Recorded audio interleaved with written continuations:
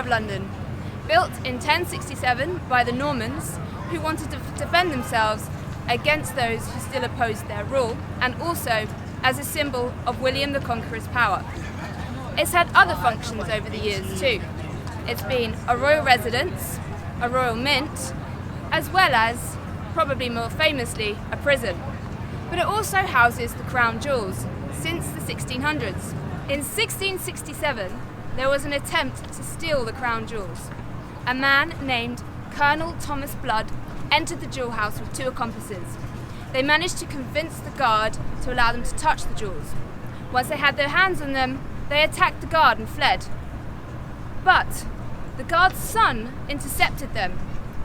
They were imprisoned in the tower, but surprisingly, King Charles II not only pardoned them, but also gave Colonel Blood a piece of land in Ireland worth £500 a year. Curious. Some people say that Charles II was so impressed with his audacity that he rewarded him, but really it remains a mystery.